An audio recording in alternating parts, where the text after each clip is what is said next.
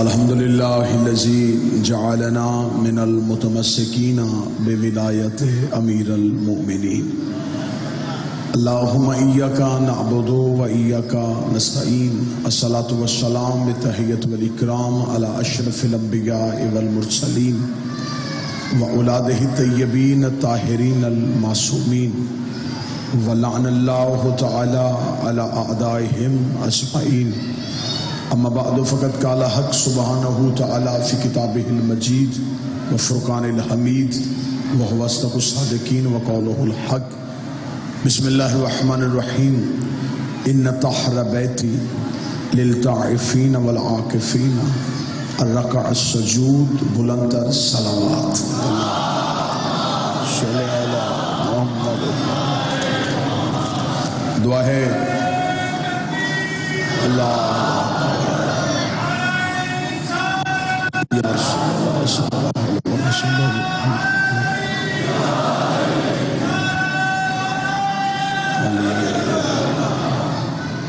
مالکان عزت بارگاہ عزت میں آئے ہوئے ہر صاحب عزت کی عزت کو سلامت فرمائے۔ اللہ بانیان کے حاضرین و حاضرات کے رزق معرفت میں اور رزق ولایت میں اضافہ فرمائے۔ میرا مالک آخر سانس تک عقیدہ حق پہ استقامت نصیب فرمائے۔ موت کی ہچکی ہو زبان پہ ورد علی ولی اللہ جاری فرمائے۔ قبر کی پہلی رات ہو زیارت امیر نصیب فرمائے۔ قیامت کی صبح ہو شفاعت شبیر نصیب فرمائے۔ سلطان زمان ولی العصر رہبر معظم آیت اللہ العظمیٰ حجت الاسلام والمسلمین آقا دو جہاں وارث زمانہ یوسف دوراں سرکار ولی العصر کے ظہور میں تاجیل فرمائے۔ دعائیں قبولیت تک پہنچائیں، سہارا درود کا لیں، بلند آواز سے صلوات پڑھیں۔ اللہ صلی علی محمد۔ اجازت ہے ذکر شروع کیا جا سکے؟ بسم اللہ۔ میں نے آپ کے سامنے اللہ کے قرآن سے ایک ایسی آیہ کریمہ تلاوت کی ہے جس میں خدا کسی مسلمان مومن سے مخاطب نہیں، خدا مخاطب ہے حضرت ابراہیم اور حضرت اسماعیل سے۔ دونوں رشتے میں باپ بیٹا ہیں، لیکن اللہ کے رشتے میں دونوں نبی ہیں۔ ایک خلیل اللہ ہے، ایک ذبیح اللہ ہے۔ خدا دونوں سے گفتگو کرتے ہوئے کہہ رہا ان طہر بیتی، تم دونوں میرے گھر کو پاک رکھو۔ ابراہیم اور اسماعیل سے کہہ رہا ہے اے ابراہیم و اسماعیل، تم دونوں نے میرے گھر کو پاک کرنا ہے۔ بیتی میرے گھر کو، گھر اللہ کا ہے، پاک رکھنا ذمہ داری حضرت ابراہیم اور اسماعیل کی ہے۔ میں پھر جملہ دہرانے لگا ہوں، لفظ اللہ کے قرآن میں یہ ہے میرے گھر کو پاک رکھو۔ گھر اللہ کا تھا، ذمہ داری ابراہیم اور اسماعیل کی تھی۔ بیت اللہ میں اور اہل بیت میں یہی فرق ہے۔ جب بیت اللہ کا لفظ آیا تو خدا نے کہا تم میرے گھر کو پاک رکھو۔ جب اہل بیت کا لفظ آیا خدا نے کہا انما یرید اللہ لیذھب عنکم الرجس اہل البیت ویطہرکم تطہیرا۔ اہل بیت کو میں پاک رکھوں گا۔ گھر ابراہیم پاک رکھے، 14 کو توحید پاک رکھے۔ اللہ کا گھر اتنا پاک ہے جتنی ابراہیم میں طاقت ہے، 14 اتنے پاک ہے جتنی توحید میں طاقت۔ بسم اللہ۔ اے ابراہیم اور اسماعیل، بسم اللہ۔ یا علی جی ٹھیک۔ اے ابراہیم اور اسماعیل میرے گھر کو پاک رکھو۔ کس لیے پاک رکھنا ہے جب میں وجہ بتاؤں گا چہروں کی رونق سے اندازہ ہو جائے گا کہاں کہاں عقیدہ وصول ہوا۔ اے ابراہیم اور اسماعیل میرے گھر کو پاک رکھو۔ کس کے لیے؟ طواف کرنے والوں کے لیے اور اعتکاف کرنے والوں کے لیے۔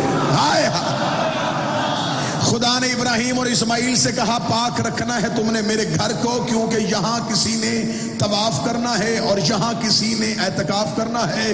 میں کسی گاؤں میں نہیں، کسی جنگل میں نہیں، عزاداری کا مرکز ہے مندرہ والا، 2 علموں کے درمیان کھڑا ہوں، ویڈیو کیمرے کی موجودگی میں سرکار عباس کے علم کو ضامن بنا کے حرفوں میں پہرے نہ دوں، میں اپنی زبان کٹواؤں، میں اپنی گردن کٹواؤں، آیت قرآن میں نہ ہو۔ خدا نے کہا میرے گھر میں کسی نے اعتکاف کرنا ہے، ابراہیم اسماعیل اسرائیل میرے گھر کو پاک رکھو، میرے گھر میں کسی نے اعتکاف کرنا ہے، میرے گھر میں کسی نے اعتکاف کرنا ہے۔ اعتکاف کا کم از کم دورانیہ 3 دن ہوتا ہے، زیادہ سے زیادہ 10 دن ہوتا ہے۔ مرضی کے مولوی کے سر پہ قرآن رکھ کے پوچھو اللہ کے گھر کے اندر بیٹھا کون ہے، اللہ کے گھر کے اندر رکا کون ہے، خدا نے کس کے رکنے کو اعتکاف کہا ہے۔ نبیوں کی صف میں دیکھا مجھے کوئی نظر نہیں آیا، ایک بیٹھی ہوئی ماں نظر آئی ہے، ایک بیٹا نظر آیا ہے، ماں فاطمہ بنت اسد ہے، بیٹا حیدر کرار ہے۔ عورت اعتکاف مسجد میں نہیں بیٹھتی، گھر میں بیٹھتی ہے۔ خدا نے فاطمہ کو گھر میں بٹھا کے بتایا یہ اللہ کا گھر بھی ہے، علی کا گھر ہے۔ میرے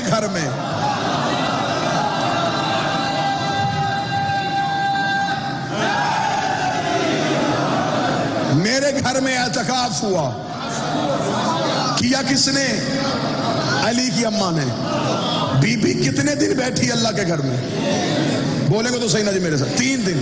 13 رجب کو آئی، 14 رجب بی بی کعبہ میں رہی، 15 رجب بی بی کعبہ میں رہی، 16 رجب کی صبح علی کی اماں علی کو لے کے علی کے گھر سے باہر آئی۔ جس کا عقیدہ اجازت ہے وہ بندہ پہلی صف میں رہے، جس کے عقیدے کا وضو ٹھیک ہے۔ 13 رجب کو بی بی آئی تھی، 16 رجب کو بی بی گئی ہے۔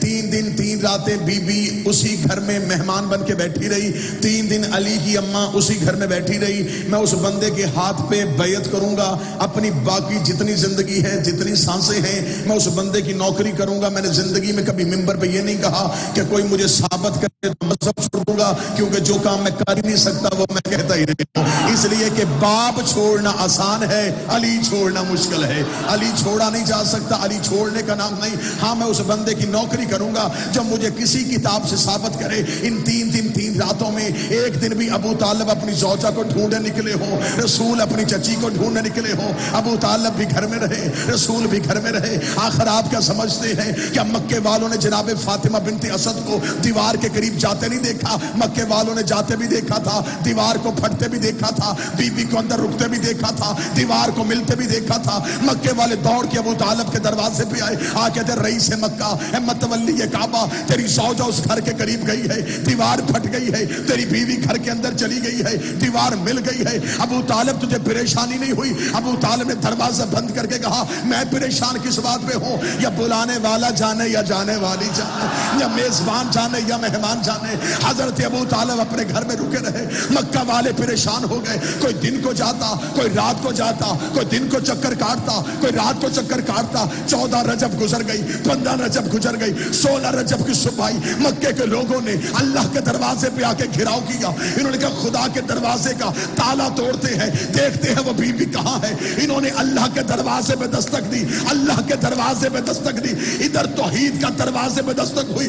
خدا نے کہا علی کی ماں اٹھ، میرے گھر کا دروازہ کھول۔ بی بی نے کہا گھر تیرا ہے، دروازہ میں کیوں کھولوں؟ خدا نے کہا پہلی بار میرے بندوں نے میرے دروازے پہ دستک دی ہے، دروازہ کھول انہیں علی دکھا، تاکہ میں بندوں کو بتاؤں جب اللہ کے دروازے پہ دستک دی جائے اندر سے جلی نہیں آتا، اندر سے علی آتا۔ بازو بلند کر کے نعرہ حیدری۔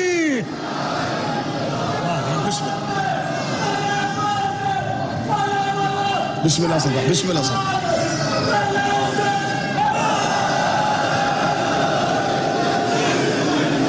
جب بھی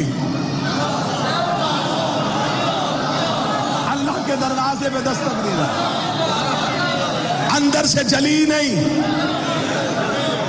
اندر سے علی آتا۔ مانگتے ہم اللہ سے ہیں، جس ہاتھ سے دیتا ہے اسے علی کہتے ہیں۔ اللہ اور بندوں کے وسیلے کو علی کہتے ہیں، اس لیے ہم علی ولی اللہ کے قائل ہیں۔ بیماریاں بھی 3 ہیں، علاج بھی 3 ہیں۔ روح بیمار ہوتی ہے شرک سے، کفر سے، نفاق سے۔ اللہ نے علاج بھی 3 رکھے۔ لا الہ الا اللہ پڑھو، شرک دور، محمد رسول اللہ پڑھو کفر دور، منافقت ابھی بھی ہے۔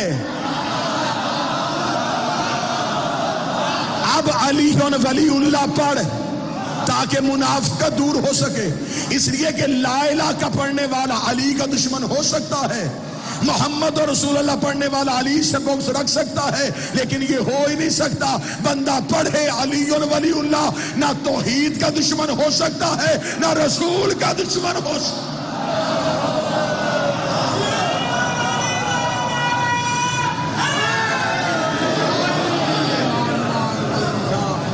بسم اللہ بسم اللہ۔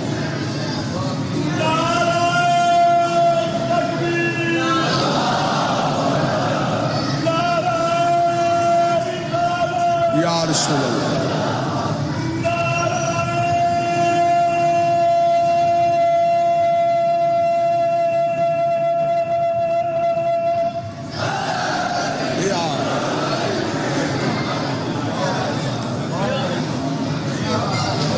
جو صاحبان ہے حکم ہو گیا ہے بھائیوں کا، تو اب میں بڑی جلدی وہ سرکار ابو الفضل عباس کا خطبہ انہوں نے حکم دیا ہے، مکمل خطبہ تو نہیں، پہلی 2 سطریں سرکار کی پڑھوں اور سعید اور سلام بادشاہ کی دہلیز میں ہو۔ پہنچے ہیں حسین مکہ، اللہ کا گھر علی کا گھر ہے، اللہ وہ عبادت قبول ہی نہیں کرتا جو علی کے بغیر کی جائے۔ جہاں جہاں ہلکی چہرے کی رونق گرمی کی وجہ سے خراب ہے تو میں دعا کرتا ہوں میرا مولا تمہیں قیامت کی گرمی سے بچا کے رکھے، اور اگر فضائل علی یا ولایت علی کی وجہ سے چہرے کی رونق خراب ہو رہی ہے تو پھر میری دعا ہے کہ قبر میں بھی یہی چہرہ علی کے سامنے آ جائے۔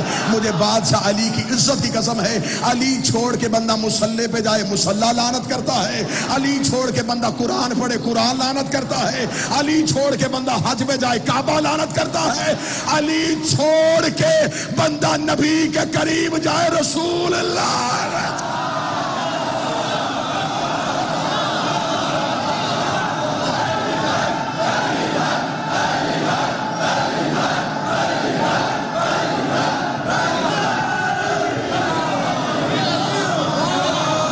مکہ میں حسین،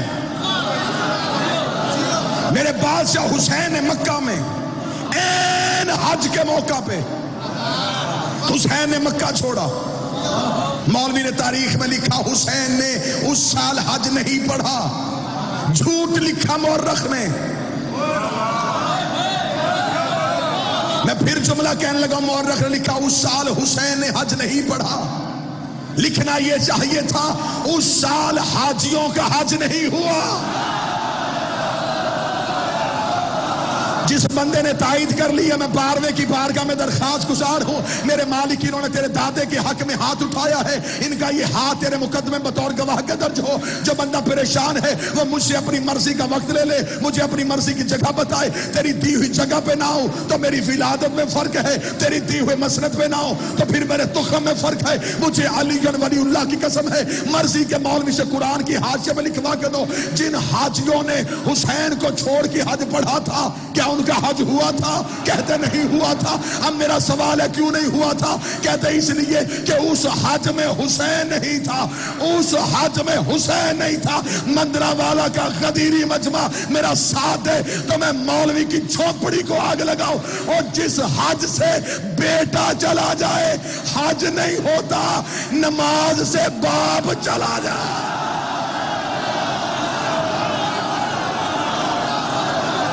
سارے بولو، ہاتھ اٹھا کے بولو غدیری نعرہ حیدری۔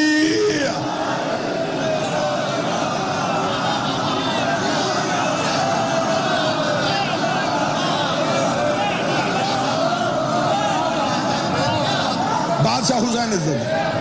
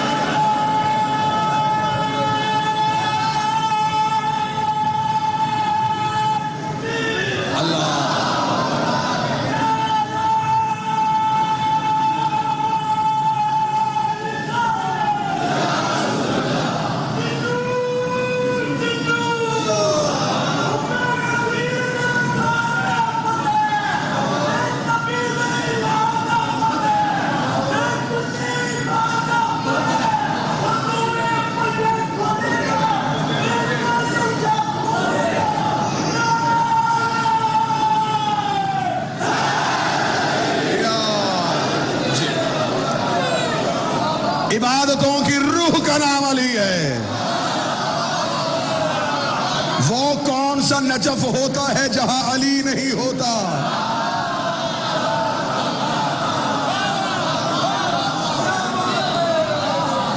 علی کے بغیر تو کوئی بھی نجف اچھا نہیں لگتا۔ نجف ہوتا ہی علی کی وجہ سے ہے، کعبہ ہے تو علی کی وجہ سے، عبادتیں ہیں تو علی کی وجہ سے۔ نا نا نا نا مولوی کے چکر میں نہ آنا، مولوی کسی اور چکر میں ہے۔ صرف اور صرف ولایت علی سینو، ولایت علی سینو، کچھ بھی نہیں ہے جی، کچھ بھی نہیں۔ علی کے بغیر ہو سکتا ہے جی نماز تو ہو جاتی ہے، علی کے بغیر عبادت تو ہو جاتی ہے۔ اتنا پنڈال ایک لمحے کے لیے منصف بن جائے، ایک لمحے کے لیے مجھے ایک سوال کا جواب دے، کسی مشکل بحث میں نہیں جاتے۔ مجھے صرف اتنا بتاؤ، مولوی کے سر پہ قرآن رکھ کے پوچھو مستحب کی تعریف کیا ہے اور واجب کی تعریف کیا ہے، ابھی فیصلہ ہو جاتا ہے جی۔ اب بھی دودھ کا دودھ، پانی کا پانی کرتے ہیں، کوئی مشکل بحث نہیں، کوئی کتاب نہیں، کوئی حوالہ نہیں۔ مستحب ہر اس عمل کو کہتے ہیں جس کے کرنے سے اجر میں زیادتی ہو، چھوڑنے سے عذاب نہ ہو۔ مستحب کرنے سے نیکیاں بڑھتی ہیں، عذاب نہیں آتا۔ واجب وہ عمل ہے جس کے چھوڑنے سے عذاب آتا ہے۔ پھر مندرہ والا میں جس بندے کا تعلق کسی بندے کے ساتھ ہے، وہ تعلق کی بنیاد پہ بے شک چپ رہے۔ جس کا علی کے ساتھ ہلکا سا بھی تعلق ہے، وہ بندہ بول کے گواہی دے۔ آج مولوی کہتا علی واجب نہیں ہے، اگر علی واجب نہیں، غدیر پہ حارس میں عذاب کیوں آیا تھا؟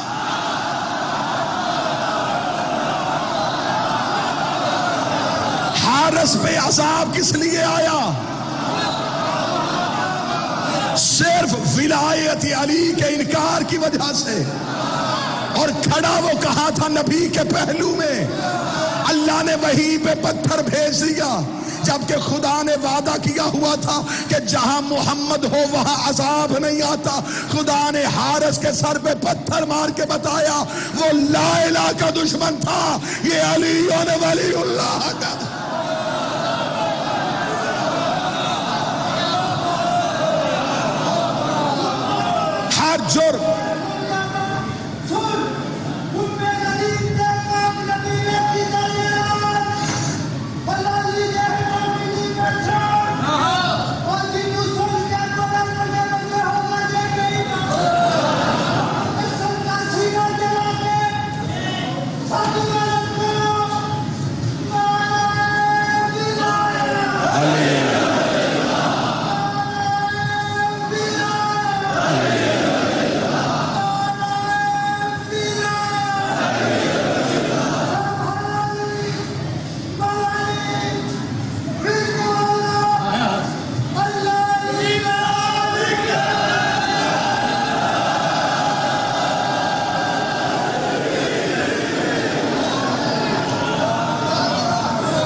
جرم چاہو، جب چاہو، جس وقت چاہو، جتنی علم کلام کی شرطیں ہیں وہ ہم ساری مانیں۔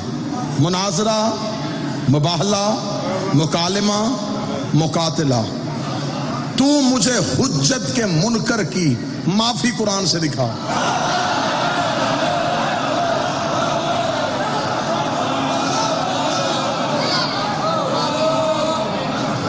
لڑائی کیوں، جھگڑا کیوں، گالی کیوں، گولی کیوں؟ گالی وہاں ہوتی ہے جہاں دلیل نہ ہو۔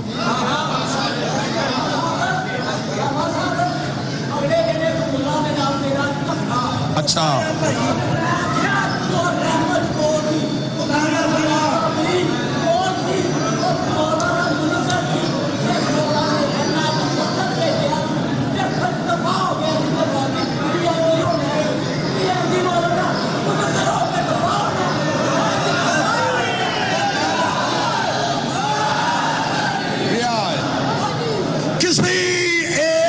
سے ثابت کر۔ میں دو علموں کے درمیان کھڑا ہوں، زندگی مانگی ہی علی سے وکالت کے لیے۔ سانس پہ لعنت کرتا ہوں جس سانس میں علی نہ ہو، میں اس زندگی کو دوزخ سمجھتا ہوں جس میں علی نہ ہو۔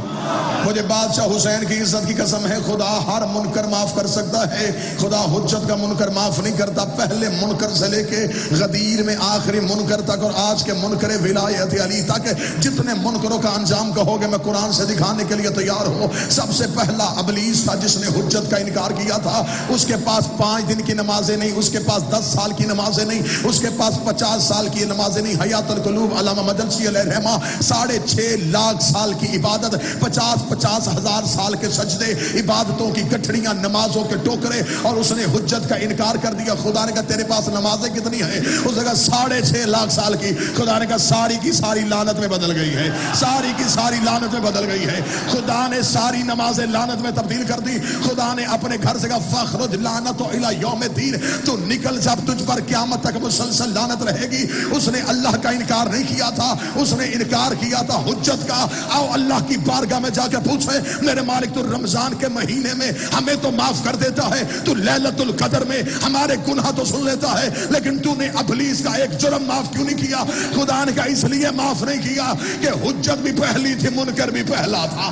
حجت بھی پہلی تھی، منکر بھی پہلا تھا۔ اگر اسے معاف کر دیتا، کل کو بڑے بڑے منکر نمازوں کے ٹوکرے اٹھا کے میرے دروازے پہ آ جاتے کہ اسے بھی معاف کیا تھا، ہمیں بھی معاف کر دے۔ میں اسے لعنتی بنا کے بتا رہا ہوں، جب میں صفی اللہ کا منکر برداشت نہیں کرتا تو علی ولی اللہ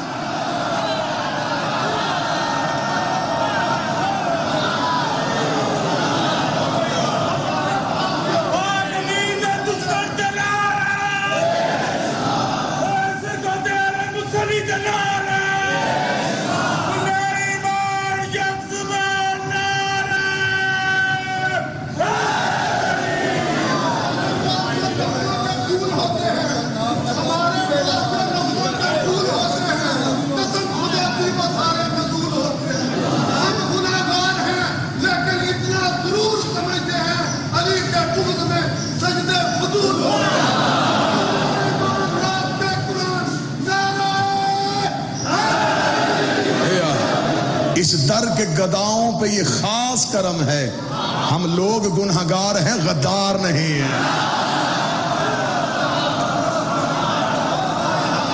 بادشاہ حسین نے کہا عباس کعبے کی چھت پہ آ۔ کعبے کی چھت پہ آ کے عباس خطبہ دے۔ سخی عباس سے پہلے بھی 2 ہستیاں کعبے کی چھت پہ آئی تھیں۔ ایک خود حضرت بلال آئے تھے، اور آج تک مولوی نے جھوٹ بولا ہے بلال توتلا تھا، بلال کے لہجے میں لکنت تھی، اس لیے صحابی اعتراض کرتے تھے۔ عقل تسلیم کرتی ہے جس کی دہلیز کی خاک چاٹنے سے گونگے کو شفا مل جائے۔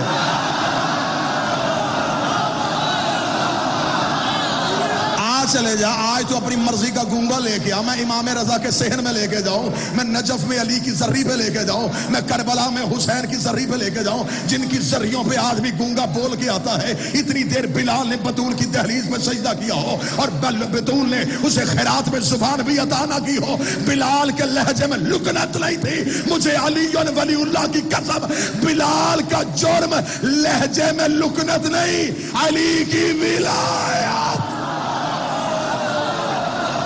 صرف جرم یہ تھا، اس کی اذان میں علی تھا۔ بندوں نے نبی سے کہا اسے کہے اذان سے علی نکال، رسول نے کہا کہہ کے دیکھو، انہوں نے کہا بلال اذان سے علی نکال۔ رسول کی دہلیز پہ آگے بلال رکا، بلال نے کہا مالک یہ علی کے بغیر اذان سننا چاہتے ہیں۔ رسول نے منہ آسمان کی طرف، پروردگار تیرا کیا فیصلہ ہے؟ آواز خدا یہ کہتے ہیں علی نکال، انہیں کہا علی نکالیں، یہ علی کے بغیر سورج نکال کے دکھائے۔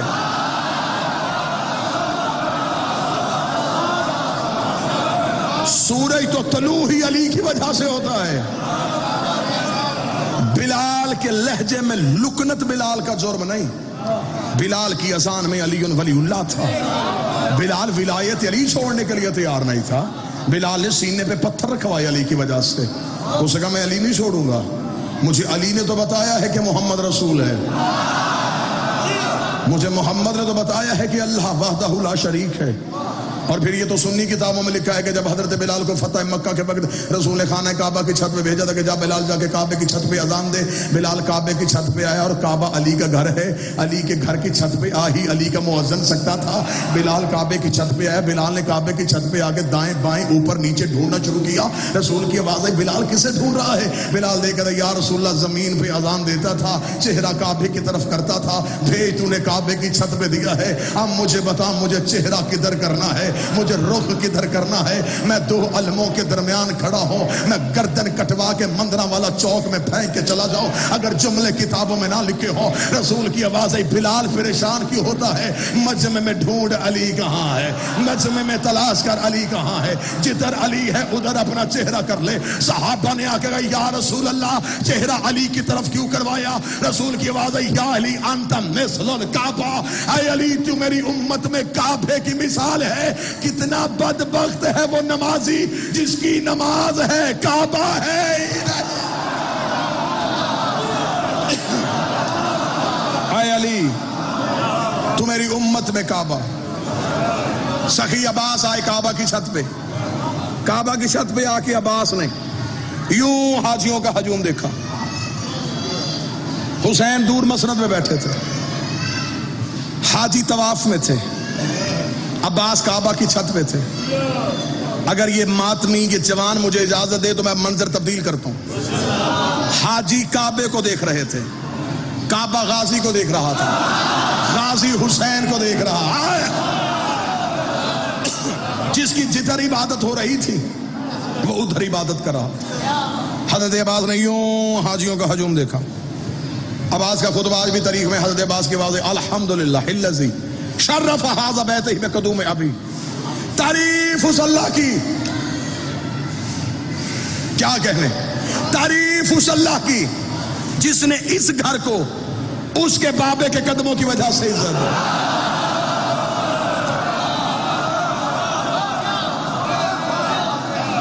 تھوڑی قدر بڑھاؤ تو میں سخی کا خطبہ پڑھوں. جملے میری خطابت کے تو نہیں، جس کے علم کے نیچے بیٹھ کے اولاد مانگتے ہو.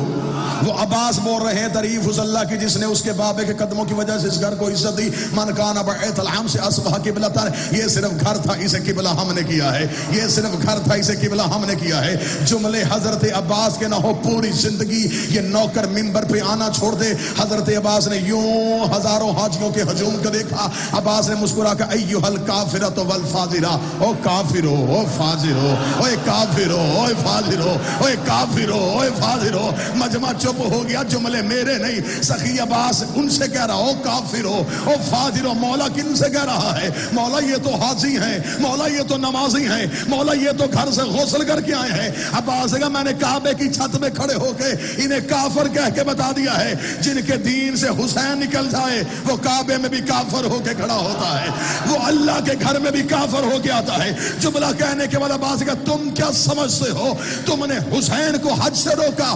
اگر وہ چاہے کعبہ اوڑھ کے حسین کے قدموں میں آ جائے. اتنا کہنا تھا، کعبے کی دیواریں ہلی، حسین نے مسند چھوڑی. حسین نے کعبے کی دیوار میں روک، تجھے بچانے تو میں جا رہا ہوں. اتنا جملہ کہنا تھا، کعبے کی آواز آئی، حسین مولا. عباس سے کہ خطبہ روک. اگر یہ بولتا رہا، باپ نے ایک دیوار پھاڑی تھی، یہ چاروں دیواریں پھاڑ.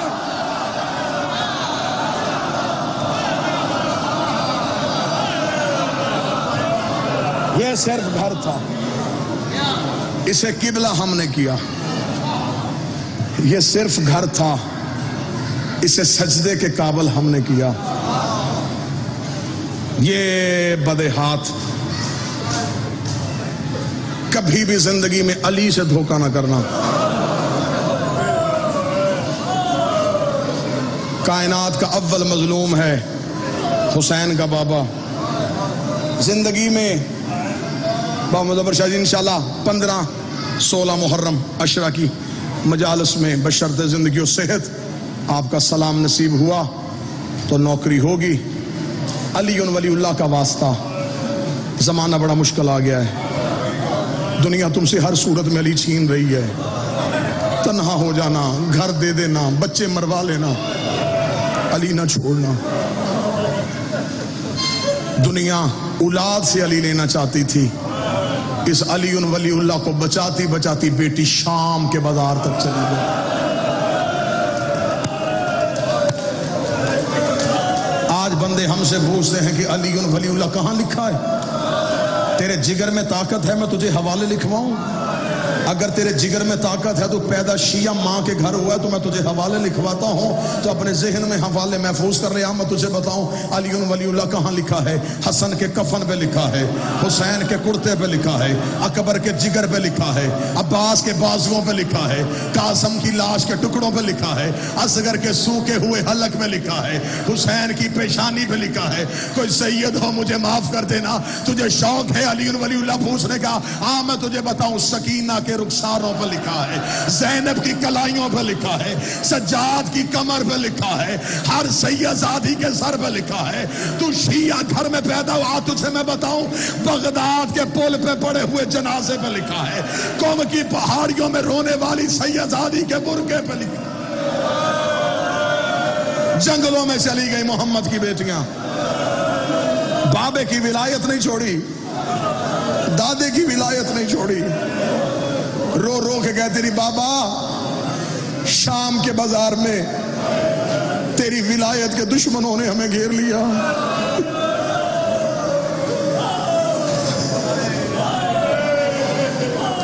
اچھا میں مصائب شروع کرنے سے پہلے ایک سوال کروں، اگر اس کا تم جواب دے لو تو اسی پہ مصائب ہے۔ صرف یہ ہاتھ باندھ کے میں واقعہ نہیں پڑھوں گا، میں غیر سید ہوں، میں روایت بھی نہیں پڑھوں گا، صرف میں سوال پڑھوں گا۔ گھوڑے سے مرد کا اترنا مشکل ہے یا اونٹ سے عورت کا گرنا مشکل ہے؟ بڑا امیر بندہ ہے جس نے ماتم نہیں کیا، پیدا شیعہ کے گھر میں ہوا، اس نے ماتم نہیں کیا۔ اب تو مجھ سے سننا چاہتا ہے تو میں سنا دوں، رکھ میرے سر پہ قرآن، غازی ایک بار گھوڑے کی زین سے گرا ہے، علی کی بیٹی ہر موڑ پہ اونٹ سے گری ہے، رو رو کے کہتی رہی ہے او سجاد، او ان سے کہ اونٹوں کو آہستہ چلائیں، او میرے ہاتھ گردن کے پیچھے۔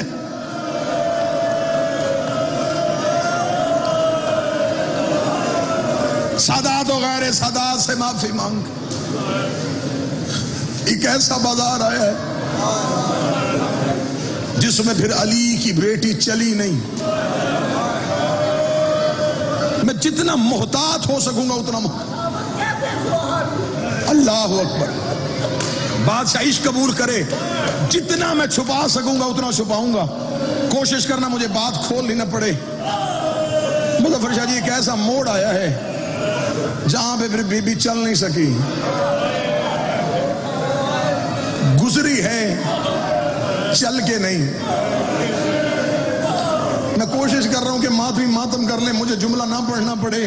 میں نے کہا بی بی گزر گئی ہے بازار سے لیکن چل کے نہیں گزری، بی بی ایسے گئی ہے جیسے اکبر کی لاش پہ حسین گئے تھے، رو کے کہتی ہے سجاد بھیڑ زیادہ ہو گئی ہے، سجاد رش زیادہ ہو گیا ہے، سجاد مجھ سے کھڑے ہو کے چلا نہیں جا رہا۔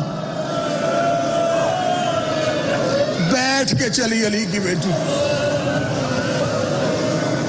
کیسا چلی، کیسے گئی بازار، کیسے گئی دربار۔ میں زندگی میں جتنی دیر مجھے ممبر پہ ہو گئی میں نے کوشش کی ہے نہ بازار پڑھوں نہ دربار پڑھوں۔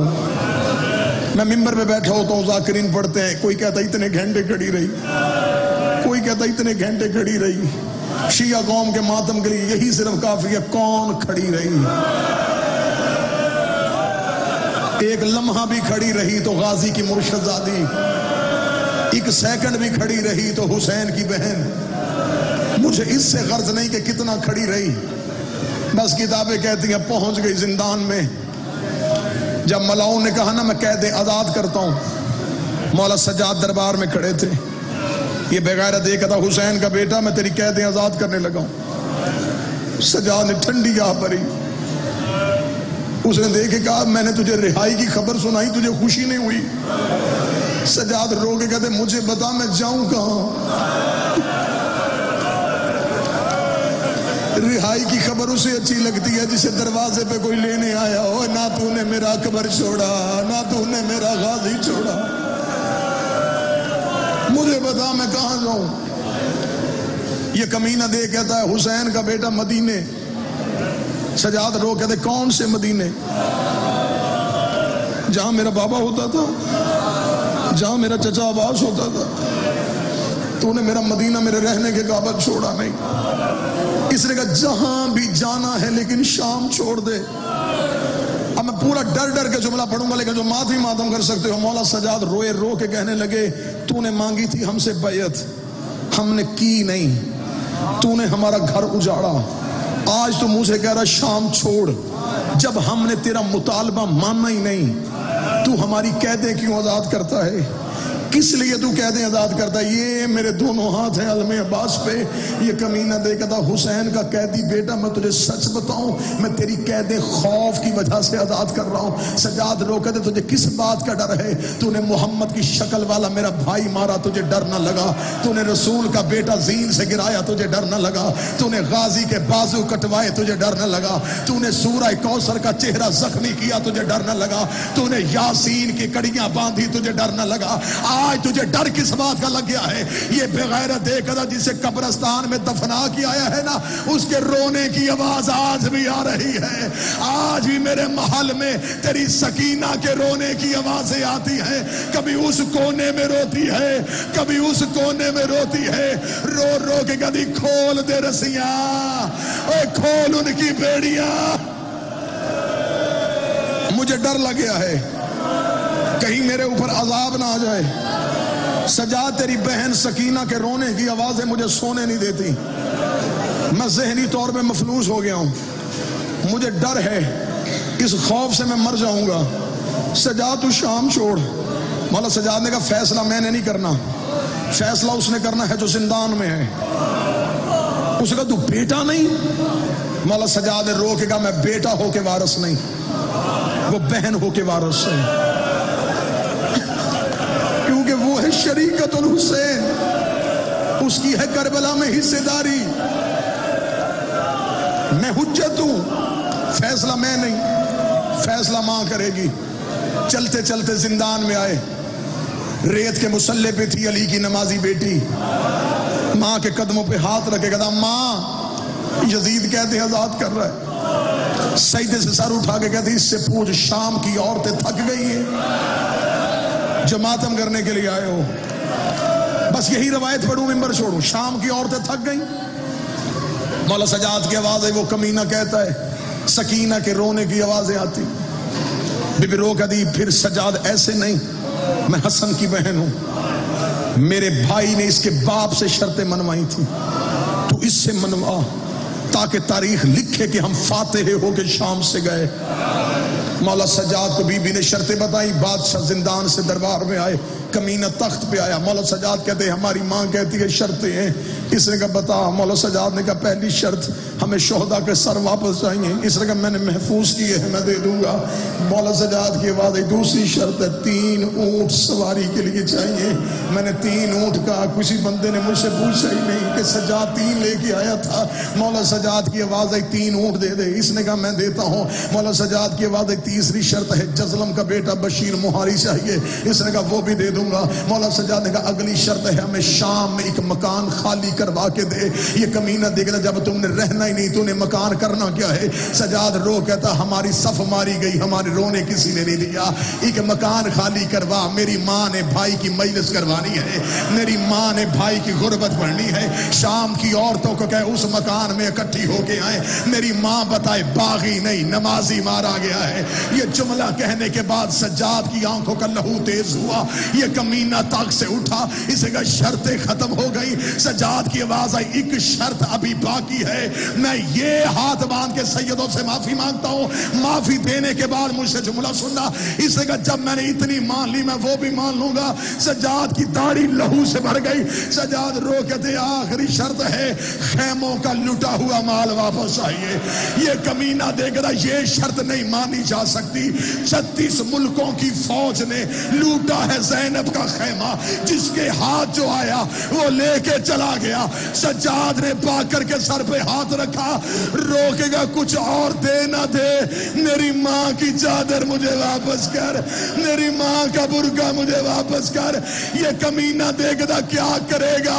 سجاد روکتا سیدھا کربلا جاؤں گا، عباس کی قبر پہ رکھوں گا، رکھ کے کہوں گا اٹھ غازی، جس برقعے کا تو ضامن تھا میں وہ چادر شام سے بچا کے لے آ۔ اللہ لعنت